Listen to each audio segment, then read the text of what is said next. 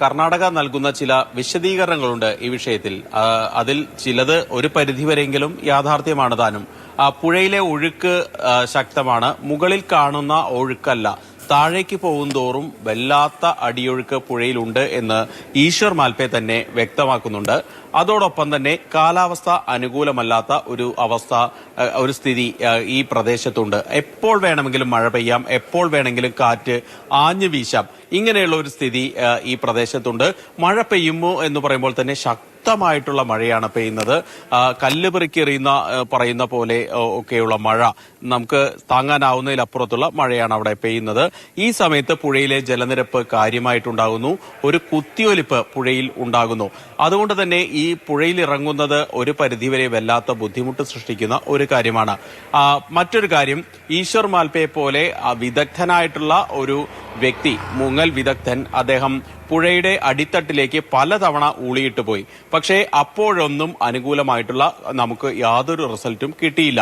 അതായത് അദ്ദേഹം പോയപ്പോൾ കണ്ട കാഴ്ചകളെ കുറിച്ച് അല്പസമയം മുൻപ് നമ്മൾ കേട്ടിരുന്നു. പാറക്കഷ്ണങ്ങൾ, വലിയൊരു ആൽമരം, അതുപോലെ തന്നെ ആ വീടിന്റെ തകര ഷീറ്റുകൾ, കോൺക്രീറ്റ് കട്ടകൾ, ഇതൊക്കെയാണ് അവിടെ കിടക്കുന്നത്. അങ്ങനെ വരുമ്പോൾ അതിനുള്ളിലേക്ക് ഊളിയിടുന്നത് വല്ലാത്ത അപകടം നിറഞ്ഞ ഒരു നടപടിയാണ്. പരിക്കേൽക്കാനുള്ള സാധ്യത വളരെ കൂടുതലാണ്. ഇന്നലെ തന്നെ ഈശ്വർ മാൽപേ താഴേക്ക് ഇറങ്ങിയപ്പോൾ, അടിത്തട്ടിലേക്ക് പോയപ്പോൾ ഏതാണ്ട് ഒരു 15 അടി താഴ്ചയിലേക്കാണ് അദ്ദേഹം പോയത്. ആ സമയത്ത് ഈ ആൽമരത്തിന് ഉള്ളിൽ അദ്ദേഹം കുടുങ്ങിയിരുന്നു. ആ കുടുങ്ങിയ സമയത്താണ് ആങ്കർ ഉപയോഗിച്ച് ഉള്ള ആ വടം, ആങ്കറായി നൽകിയിരുന്ന വടം റിലീസ് ചെയ്ത് അദ്ദേഹം അവിടെ നിന്ന് മുകളിലേക്ക് കയറി വരുന്ന ഒരു അവസ്ഥയുണ്ടായത്. പിന്നീട് അദ്ദേഹം 100 മീറ്ററോളം മുൻപോട്ട് പോയിട്ടാണ്, ഒഴുകിപ്പോയിട്ടാണ് അദ്ദേഹം പൊങ്ങിയത്. അവിടെ നിന്ന് നാവികസേനയുടെ മുങ്ങൽ വിദഗ്ധർ അദ്ദേഹത്തെ രക്ഷിച്ച് ബോട്ടിൽ കയറ്റുകയായിരുന്നു. ഇങ്ങനെ വളരെ അപകടം നിറഞ്ഞ ഒരു സാഹചര്യം. പക്ഷെ ഇന്നലെയും ഇന്നും അങ്ങനെ ഒരു മഴ ഉണ്ടായിരുന്നില്ല, കോരിച്ചൊരിയുന്ന നിർത്താതെ മഴ ഉണ്ടായിരുന്നില്ല ഇന്നലെയും ഇന്നുമൊക്കെ.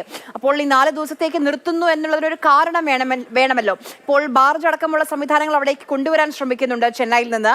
അതാണോ ഈ 4 ദിവസത്തേക്ക് നിർത്താനുള്ള കാരണം?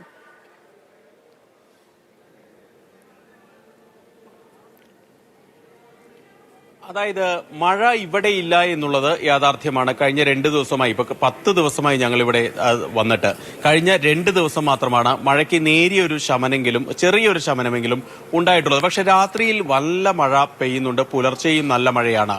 അതോടൊപ്പം തന്നെ മലമുകളിൽ, വൃഷ്ടിപ്രദേശത്ത്, പുഴയുടെ ഉത്ഭവ പ്രദേശങ്ങളിൽ കാര്യമായിട്ട് മഴ പെയ്യുന്നുണ്ട്. ഇതാണ് പുഴയിലെ ഒഴുക്ക് തുടരാനുള്ള പ്രധാന കാരണമായിട്ട് കർണാടക അല്ലെങ്കിൽ ഉത്തര കന്നഡ ജില്ലാ ഭരണകൂടം പറയുന്ന ഒരു കാര്യം.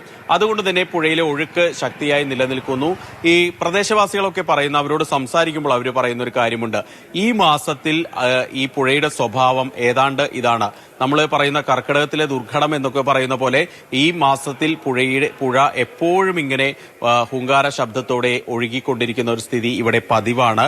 അതുകൊണ്ട് പുഴയിൽ ഇറങ്ങുന്നതിൽ റിസ്ക് ഉണ്ട് എന്ന് പ്രദേശവാസികളൊക്കെ പറയുന്നുണ്ട്. പക്ഷെ ആ ഒരു റിസ്ക് ഒക്കെ എടുത്താണ് ഈ ഒരു അർജുനെ കണ്ടെത്തുന്നതിന് വേണ്ടി ഈശ്വർ മാൽപേ പുഴയിൽ ഇറങ്ങിയത് പലതവണ. അതായത് നാവികസേനയുടെ പരിശീലനം സിദ്ധിച്ച മുങ്ങൽ വിദഗ്ധർ പോലും പിന്മാറിയ സ്ഥലത്ത്, അല്ലെങ്കിൽ അവർക്ക് ഇറങ്ങാൻ അനുമതിയില്ലാത്ത സ്ഥലത്താണ് ഈശ്വർ മാൽപേ എന്ന സാധാരണക്കാരൻ മത്സ്യത്തൊഴിലാളി ഗ്രാമത്തിൽ നിന്നുള്ള വ്യക്തി ഈ പുഴയിലേക്ക് ഊളിയിട്ട് പോയി പലപ്പോഴായിട്ട് പല ശ്രമങ്ങൾ നടത്തിയത്.